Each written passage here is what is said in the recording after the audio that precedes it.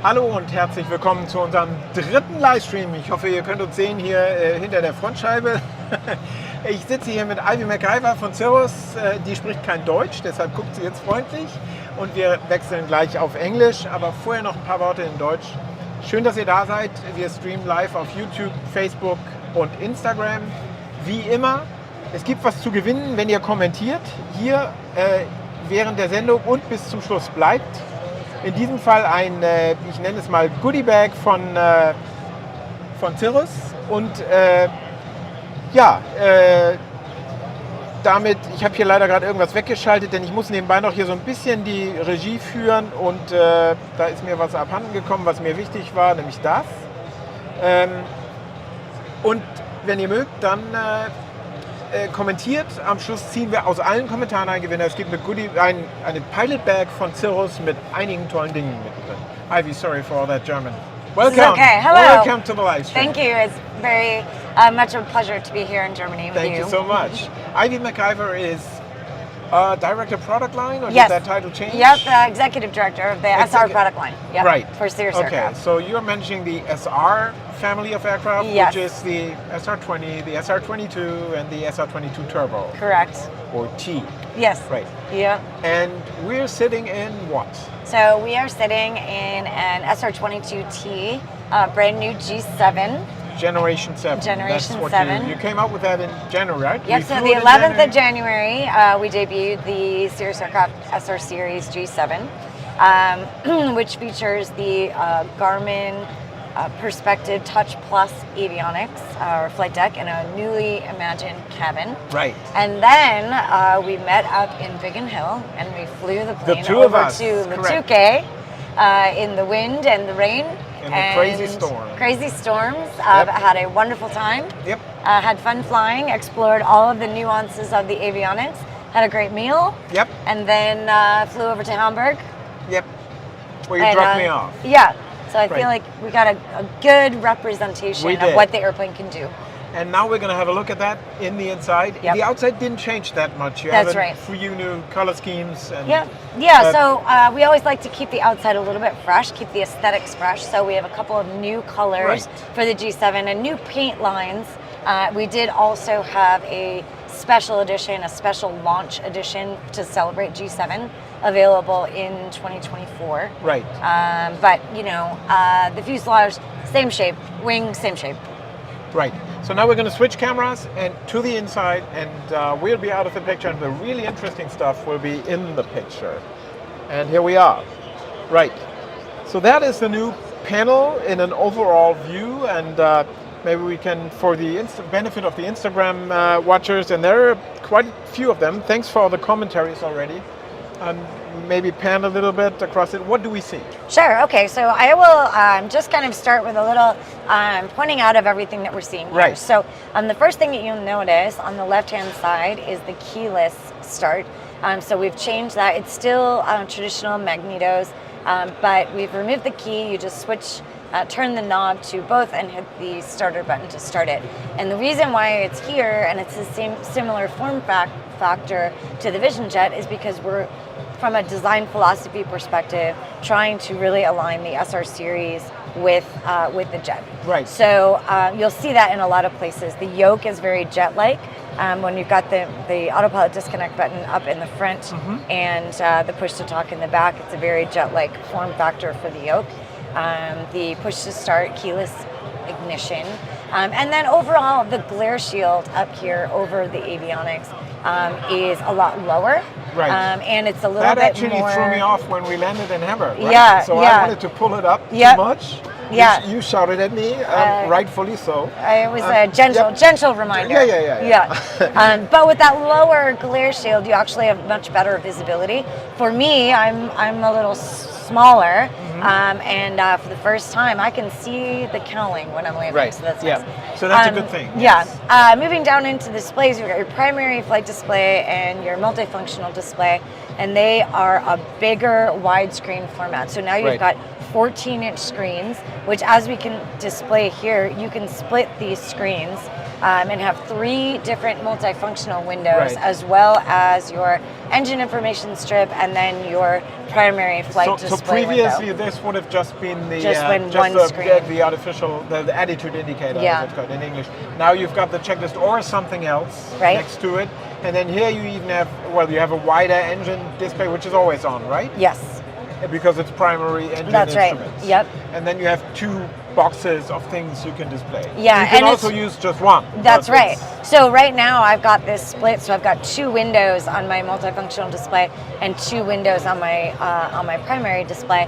I've also got a simplified bolster panel up here. So Right. there's no avionics switch, there's no nav switch, because those things you just need all the time. So as soon Right. as you put power to the airplane, the avionics come on Right. and the nav lights come on. But we've integrated the oxygen controls into the bolster panel and also a checklist scroll wheel. So I can. that we're going to look at. You want to look at it now? Yeah, Yeah. let's do that. Okay. So if I want to do, I've So it's a highlighted scroll my. wheel. Let me translate that for those who are not Ja. familiar. Also, so, das ist so ein Rollrad, das man rollen und drücken kann, und man kann eben mit dem Rollrad durch die Checkliste, und wenn man drauf drückt, dann kann man einen Punkt abhaken. You can scroll through the checklist and then kind of click it to. Right. to- So to, I've got the before taxi Checklist checklist, and basically I'll just move the scroll wheel down to the first thing, Right. and then I can push down on that wheel, and it checks off what I've done in the That checklist. is really nice. And then when I'm done with the checklist, Yeah. I can just pop it off, and Do then that. I just have a full screen on Right. my PFD. Or you can display the ground chart. Or Or whatever. I can display the chart. So if I come over here and split it, there's just a very easy way to flip between whatever else you've got up Right. here. So what I typically might do is put the checklist here, and then I hold down the checklist scroll wheel. That brings up the map, but typically I might put the charts up there. Yeah, right. So I might have an approach plate up there, which is kind of nice, and then I can just toggle it back and forth Right. between the checklist and the chart. Very nice. The MFD we'll come to later, but you've already kind of done the magic. So it's a touchscreen cockpit, right? Right. So what you'll notice is the big there's, difference. there's really there's no more or very few knobs and very few buttons, right? So one thing you'll probably notice, or out there you might notice, is that the backup gauge is gone, right?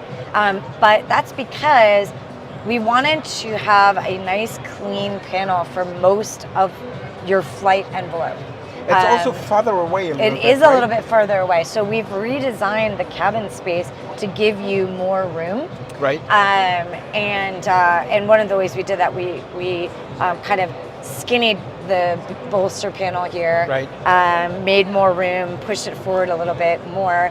But there's such deep integration with the systems that we've integrated the backup instruments into this display Right. here. Right. So if I hit reversionary mode, this touchscreen controller becomes my backup. I see. So Gauge. it's always there, but So it's not always there, visible. but it's always in the background. Nice. And then I can use this touchscreen controller for everything. Right. So I can go here for my main touchscreen controller. I can control my PFD functionality, my MFD functionality, and I can also have the NavCom right here. So typically, if I go back to normal mode, you would kind of operate the 2 screens here. That's right. So this would be my main controller for operating Right. the 2 displays. Right. And then this would be my main Radio controller for the frequencies. for the NavCom. Yeah. Yeah, NavCom basically also. And also the VOR. radio. Yeah, Ins- right. ins- Yep. ins- Yeah, yep. the radio. Yeah. There are questions regarding that too. Okay. So the most asked question here is, and we are uniquely qualified to answer that. I'm ready. What's our question? Touchscreens and turbulence. Oh, Yes. So I'm actually going to let Thomas answer this question. So as we mentioned earlier, we did fly in a storm. It was really turbulent. I Yes. mean, like we had 22 knots crosswind or something like that. You More. made that. You made More. that landing. Yeah. And it was. it was not smooth. Yeah, it was we were very flying, gusty. Yeah, we were flying over the French coast at like 1,500 feet or so, and it Yeah. was bumpy like very hell. bumpy. Yeah. Yeah, and the way you do it is, I mean, you rest your hand on the frame of Yep. of the screen, and then you press like this or like whatever, and it's really a complete non-issue. Yeah. It's not a problem to operate these touchscreens in turbulence. Now, if these were the touchscreens, those it are might a be little more of a farther problem. away. Yeah, That but you it do will also always make have them really dirty and mess them yeah, up. So you don't but you want do that. really have a good anchor Yeah. point with this I agree. bezel. And I have really small hands. Right. I'm able to do that as well. Right. Typically, I kind of put 4 fingers up here, Right. and then I just I come in here and type Right. with my thumb. Yes. Yeah. So. Yeah, I agree. So it's not a problem at all. Even when you go to something like the keypad you just had, where the the touch points are smaller. Yep. Not a problem at all. So whoever says touchscreen and turbulence is a problem hasn't flown with this set of touchscreens. I think that was the best possible demonstration flight Yes. for that problem. to bust that myth. Totally. Yeah. Yes. Totally. We will come to all of your questions. Also wir beantworten gleich alle eure Fragen. Very good questions, by the way. But we will go through the cockpit further for the moment. So we got the 2 screens. We've got those 2 screens. What do we have down here? Right. So again, this screen, the multifunctional screen, Yes. I can make that a full screen if I want. Yes. So I can, Right. scroll out. More I can see the whole traditional, map. yes. I can take a look at the weather, overlay terrain. Right. I can, but then if I want to split my screen, I then can kind of go over here to my synoptic pages, and I can check out. This is kind of the status Right. of the airplane. I've got a lot of integration, like I was saying. So there's sensors on the doors to tell you if the door Even door is the baggage closed. door is closed. Right. Yeah. Yes. So I can see here the baggage door is closed, but the cabin doors are open. Right. Those are the Yeah. sensors. I've also got my engine Fuel and fuel. sensors. That will tell me which tank I'm switching, which tank I'm pulling from, Right. what my fuel levels are.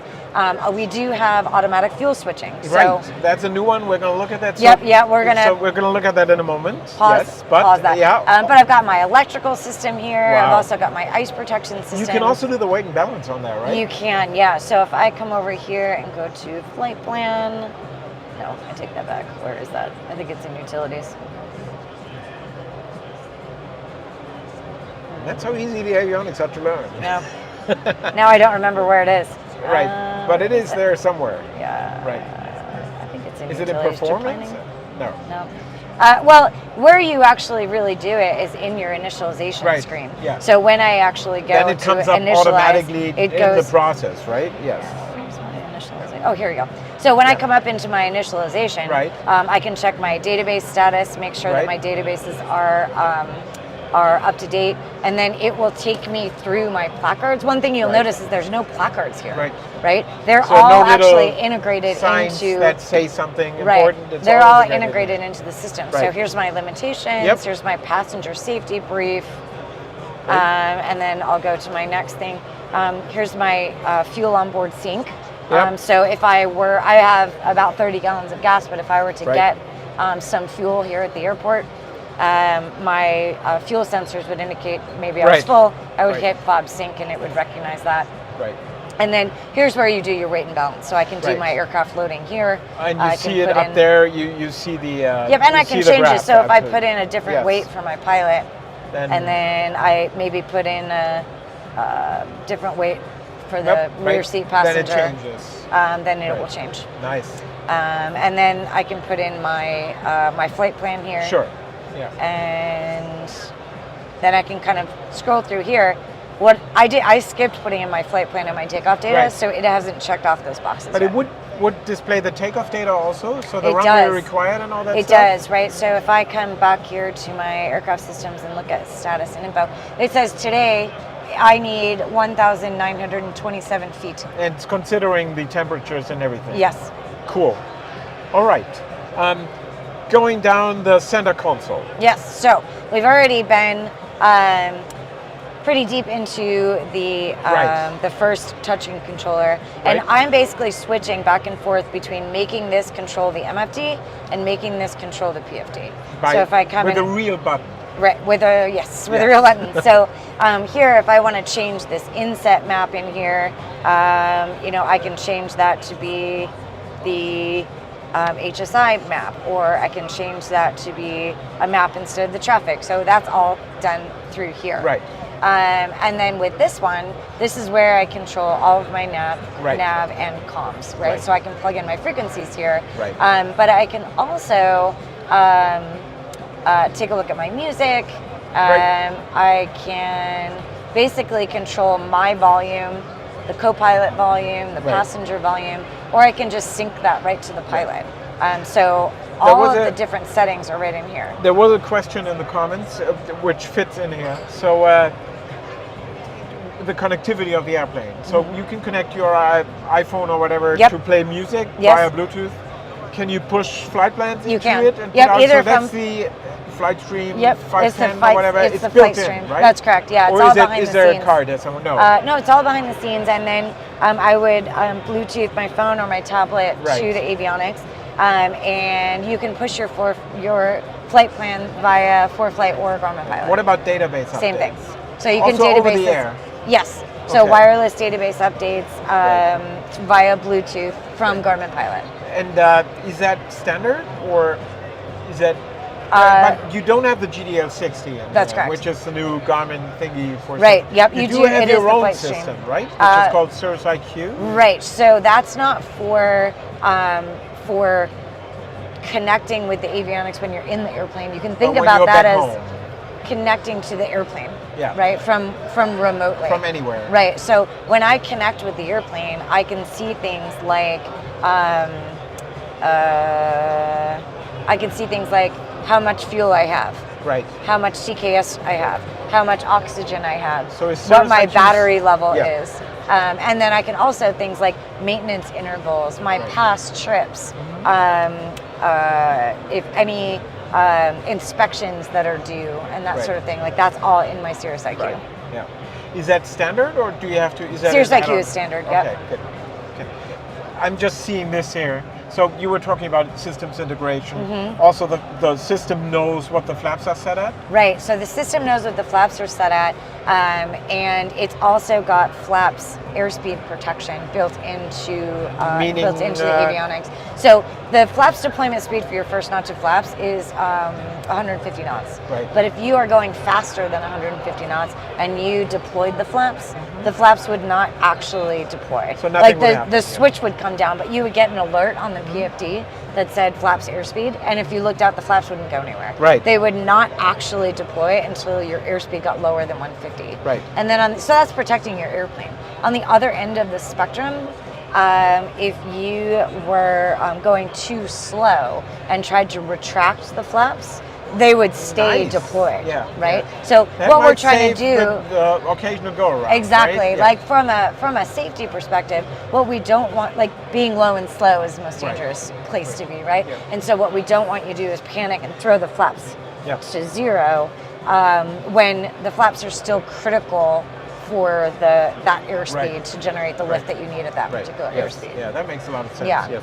Yes. So someone is asking, is Garmin PlaneSync available? The answer is no, because you've got Cirrus IQ, right? Yep. Good.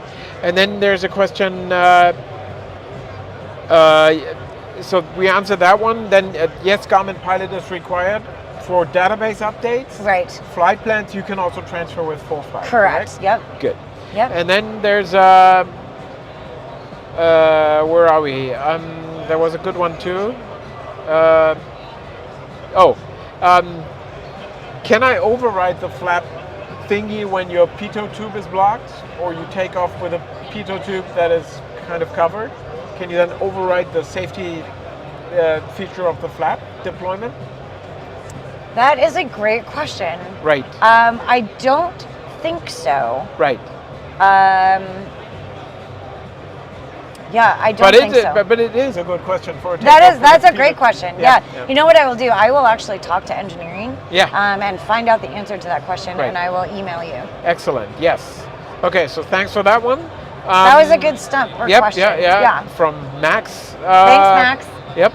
And then DH Friedrich asks, is the MFD completely controlled via the two small touchscreens? And the answer is yes. Yep. Good.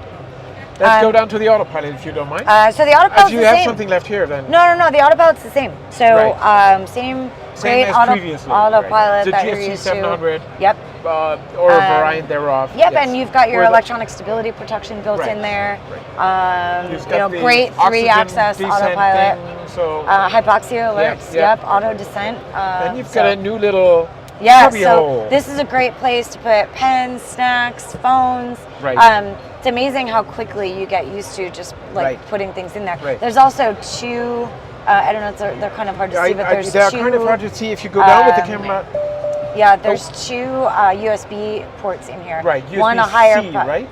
Two USB-C up here. There's also two USB-C ports in the back, and so One what we've says 60 watts, the other says. yeah, one's high power and one's You're right. a lower power. So that answers another question we had you in could the live power your stream. laptop from here. Right, yeah. Yeah. Nice.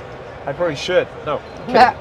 Yep, and we can see them in the camera picture. Nice. Yeah. Very good. Thank you, Lucas. Lucas is in the back operating the camera. So thanks, Lucas. Yep. So we've relocated a couple of things. One being the oxygen switch. So the oxygen switch is up on the Right, bolster. it used to be down and here. we've actually relocated the fuel pump. So from here there. up to here. All right. And this is all kind of integrated. There's a new ECS or environmental control system. Yes. So you call it that because it also has air conditioning, right? that's right. So there's air conditioning, there's heat, there's defrost, and that's all controlled by this unit here. And then you'll notice that the throttle looks a little bit different. So Right. the throttle is just like the jet. It's got the same form as Yes. the jet. Yep. And then moving down here, and I'm going to lift this Hold up on. so you can see. Question in the comments. Yes. Will the G8 have auto throttle and auto mixture? Oh, that's a great question. I could tell you, but I'd have to kill you. Right. Okay, we can't do that. Yeah. we can have that. But it is a good question. Yeah. Also, auto brakes are kind of interesting. Auto right? brakes. For certain features that the jet has. Yes, the jet does have auto brakes. Because you can have the auto land in Because the jet. yes, correct. Yep. Okay, we're going to move that. Yeah, we're gonna move this- Also, before we do that, this is a completely restyled Yeah, center so this console. is, and there's a lot of restyling going on. Right. So we really wanted to make it feel more modern, more sleek. Right. But here what we've done is we've really focused on cord management and Right. also the, more importantly, the automatic fuel selector Right. system. So when this cover is closed, the fuel tanks will switch automatically every 5 gallons. So there's and an that's electric motor measured- that will actually move the It'll actually the move lever the that we all selector. know. Yep. We'll slide it from one side to the other. Exactly. Right. Now with the cover open, then it goes into manual mode, and you Right. can see it's in left manual mode up here. Right. And then if I switch it to the right, it will switch over to the right. Right. Nice. And then when I close the door, it'll go back into automatic mode. right. Every um, 5 gallons. Every 5 gallons, and that's And- done on actual fuel flow. Right. So it's measuring the fuel that's coming through. And again, so coming back to regardless our- of phase of flight. Right. And again, coming back to our flight, one would think that's another kilogram of useful load wasted for the electric motor or whatever. It's not that heavy, but still. But it is so convenient never to have to think about switching. Yeah, tanks. it's amazing how quickly you adapt to not Yes. thinking about it. Yeah. Yeah. It is just really amazing. And then from a cord management perspective, Yeah. we've Oh, just yeah, yeah. relocated some ports to make Right it easier, in right? here to make it. Yeah. Yeah, so the front seat headsets are up here, the back Right. seat headsets are in the back seat in the armrest. There's also USB ports in the back at each seat. So everyone has a level of independence Right. in the plane. All right. We've left the most important feature for last, of course, which is, and I think Lucas can have a look at it in the back, new cup holders. I don't know if that's the most important, but I think a lot of people who have experienced previous Right. generation cup holders like the fact that you can have a dance party Right, yeah. on these cup holders. They and, are much more yeah. solid and unbreakable than the previous ones. Yeah. Right. I'm going to go quickly through the comments that we have here in the, because I think we've covered it pretty Okay. much, right? Yeah. Have we? Okay. The only thing that we haven't really covered is the fact that one of the new safety features is the stick shaker. So when you are close to an impending stall, Right. you will get an oral warning that says stall, stall. You'll get a visual warning here in the PFD, enunciating that there's a stall, and you will feel it in the Really? yoke. So you Okay. get haptic feedback in the yoke, Right. that buzz, buzz, buzz. So it will vibrate. Yep. So it's using more of your senses to Right. Right. to warn you of an Right. impending stall. Okay. Let's see. What do we got? Touchscreen we did comment on. Someone says, I'm commenting to win. Oh. I like that. You are a winner. Yeah, I like that. Okay. Right, what do we have here? Yep. Much praise for the interior. Thank you. Yeah, The team worked really, really hard to actually redesign the whole cabin to feel like a new space. All of the panels were touched and reimagined. We've got a surfboard in the top that kind of let's have a look at the top. It really showcases the cap's handle, which is nice. And there's no cover covering there's no cover, the cap's handle exactly. anymore, so the activation info is here for the passengers. Yep, that's right. And then the cap's handle is readily accessible. Yep. You never had a case where a child passenger or something pulled the cap's handle You on have the ground? to pull it pretty hard. So I mean, you have to pull it with about 40 pounds of force. Okay. So what's that, like 18 kilos? 18 kilos? Yes, 20, something 19 like kilos? that, yes. Yeah. Right. Okay, so someone says, I'm not quite sure if I understand, could you design the glacier to be even 5 centimeters lower or something? It looks like there's a little bit of room here. Oh, so actually, funny story. Right. One of our goals was to get the glacier really low. And so the engineers went and they designed it, and one of our chief engineers came out and said, you know what, I think we can get it lower. So we lowered it a little bit, and he came back and he's like, I don't know, I think we can get it lower. And the engineers got so frustrated with the iterations, they said, we're gonna make it so ridiculously low that this chief engineer is gonna come back and be like, okay, you need to bring it higher. So they got it as low as they actually possibly could. And the chief engineer came back and said, oh, maybe it's a little bit too low. And they were like, yes! But then we actually said, you know, that low is really great. So we left it where it was. Okay. So it can't go any lower is the moral of that story. Someone asks, and this is a good question, if you're not that familiar with the Cirrus, is this aircraft available with a parachute? Oh, of course, yes. Yeah. That is a great question. So every single SR series airplane that we have ever produced comes standard with a parachute. Right. So said a different way, you can't get it without a parachute. Right, exactly. Okay, cool. So electric checklist, someone likes that one. Yep. Oh, is it possible to customize the checklist? It is not. It is not. So these are the actual certified with the aircraft checklist. That's correct. And you can even add things or something if you want them differently. They are not bad. I mean, they're not stuffed with stuff that you don't need. Right, So, and they went through multiple teams' approval to get the checklist where exactly we wanted them. So they are standard. A variant of this question that Niels asked is it comes up several times, and it is, will there be a diesel engine option in the future or even a hybrid electric? Yeah, so this is always the question, right? Like we get a lot of questions about the fuel landscape and future power plants and things like that. Right. And really what I can tell you is Cirrus has always been a very innovative company. Right. And we are always evaluating new technologies, new, whatever is available out there, from avionics to power plants to safety systems to different materials on the interior. And we've got, a big innovation center up in Duluth, Minnesota, where there's tons of fun projects going on. The thing that we also are very disciplined about is not bringing something to market just because it's there. Right. So there's a ton of research, a ton of planning that goes into bringing anything new to market. Right. And when we feel like there's something that is beneficial to the industry, it fits on our airframe, it brings value to the customers, it's safe, it's reliable, it's cost effective, all of those things, then we'll bring those things to market. Right. There was a question about USB-C outlets, and we saw answered that one. 4 of them, right? 4, 1 high power. Right. Someone says Delta Hawk diesel would be nice. Maybe. I'm sure you're looking at it. But yeah, I mean, if it comes to final things for the G8, you could tell us, but you'd have to shoot us. That's right. Yeah. Okay. But I'm always very interested to hear what you all feel is a priority to be looking at. So, so any of this feedback, I'm very happy to bring Right. back to the team. Right. You know, we've heard the power plant feedback for sure. Of course, especially in Europe. But right? you know, if like I'm here at AERO all week, my colleagues are here all week. If you are here at AERO, come by, look for me, tell me all the ideas that you have, Right. and you know, you may see that on the airplane in the Right. next couple of years. Right. Like the override switch for the forgotten pitot tube cover. Yes, maybe. Great. Yeah, maybe. Great. Over the updates we did cover. M3 design is missing two things. One is a Jet A engine, we covered that. The other is a retractable gear. And you get that tons of times. Yeah, right? we do. And, you know, we have looked at it, right? Like, Right. does it make sense? And the bottom line is, it really doesn't make sense for our airframe and our,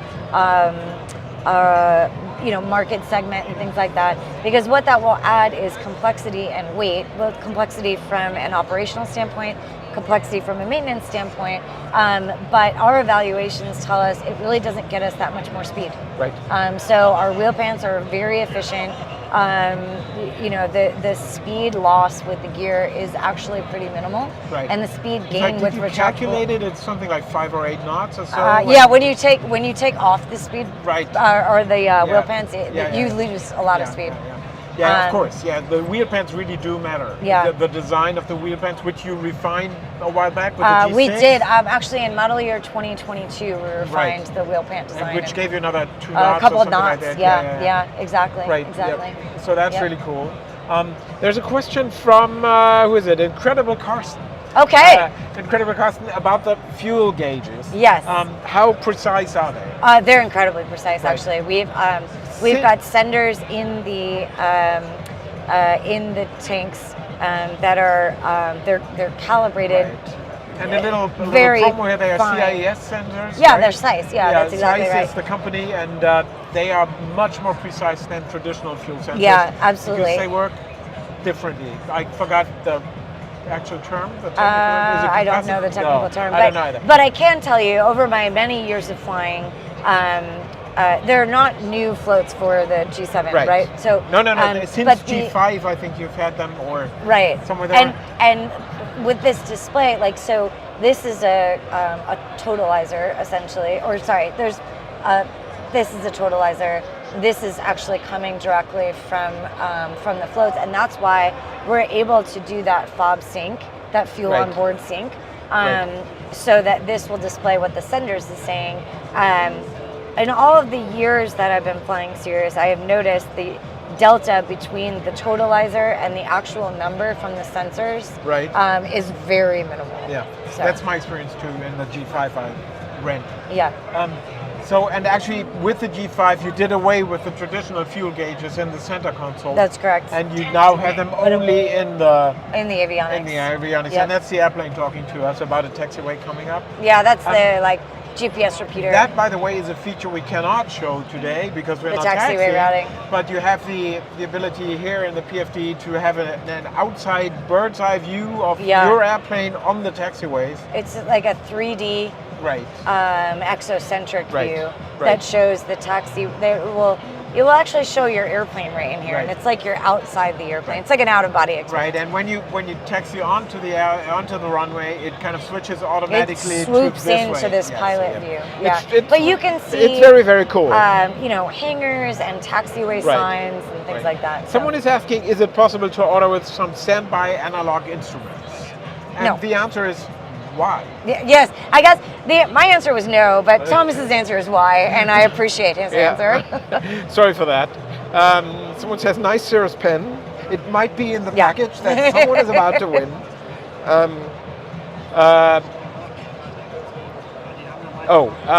So Sky Scout says hot starts can be quite tricky with the turbo. Is there some sort of technique that makes it easier with the new startup button? Okay, so two things. One, everyone seems to kind of have a little bit of a different hot start sequence. Yeah, but there's only one that works. Okay, I will tell you mine and you can tell me yours. Yeah. My hot start sequence is I bring the mixture all the way forward. I bring the power lever back just cracked about 1/4 of an inch. And then I bring the mags to both and I hit the starter button and the boost pump at the same time. Right. And that seems to work almost every time. Right. What I can also tell you is that the new lightweight smart battery has a bit more, and by a bit I mean a lot, more cranking power. Right. And I have seen a dramatic improvement with the hot starts with that bigger battery. More oomph. Yeah, more oomph. That's a technical term. See. Yes, okay. Right. Here's a great idea for the tech department from Joachim. Can you cool the cup holders? Ah! That's a really good idea. I like this idea. Yep. Yeah. Yep. I have not figured out how to incorporate an espresso machine into the cabin just yet, but watch this space. Right. Heinu's asking for the electric fuel pump, and I know he has an airplane that has it right here. We have so in the center console, but it is now up it's here. just up here. So just for the benefit of Heino. Right. What do we have here? Really nice airplane, state of the art. Thank you. Yep. It's a 3-axis autopilot for sure, right? Yes. So it does have a yaw damper. It does. The yaw damper even engages automatically, right? It does. When you climb through 300 feet, it automatically engages. Right. All right. So, okay. Someone says I owned all three model, all three generations, and he's gonna be, so the G7 will make him buy another Excellent. one. Well, thank you very much. We Yes. appreciate your ownership. Excellent. Okay.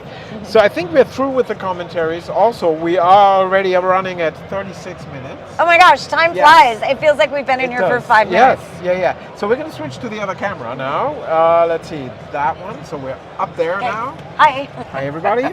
So we're back in the frame. You were in the frame all the time. But anyways, we need to lean into the middle a little bit for the benefit of the Instagram people. And we are now going to find a winner for our flight bag full of goodies. That's what Patrick promised. I'm excited for this flight bag of goodies. Yeah, me too. Yeah. Right. Right, and there he is. He's the random winner generator. Yes. Is happening right Correct. here on Thomas's laptop. Correct. Delta Lima FLE, Fox Lima Echo, is the winner. Hey! Congratulations. Also Delta Lima FLE, das ist der Gewinner. Bitte noch mal einmal kommentieren, damit wir wissen, dass du noch da bist. One more comment, please, from Delta Lima. What was it? Delta Lima FLE. Congratulations. Felix is asking, are there any headset holders at the top? No, they're not. We had them they're here in the frame all the time, and I'm going to switch back to the other camera real quick, and then that gives Delta Lima time to comment. Those are the headset holders. So you clip them, put them in, and then put them back here. Yep. Exactly. So back to the other camera. Oh, Delta Lima is very happy, and Delta Lima, bitte auf dieser Mailadresse redaktion@fliegermagazin.de eine Mail schicken und dann können wir Kontakt aufnehmen und sehen, wie die Goodie Bag zu dir kommt. Also bitte einfach eine Mail an redaktion@fliegermagazin.de. Right. I think we're good. Okay. Thank you, everyone. Yes, thanks so much. Great questions, great comments. We will be live again tomorrow morning at 11 and tomorrow evening at 5 o'clock, 17 Uhr as it is in German, so 1700. And if you do come down to AERO, swing by the Cirrus booth and say hi. Yep, so Ivy will be there. And we will be there at A5 325, also A5 325 mit der Engine Area vom Fliegermagazin. Schön, dass ihr dabei wart. Have a great evening. And thank you very much, Ivy. Oh, thank you. It was a pleasure. Yes, mine. Thanks. Bye. Thank you. Bye-bye.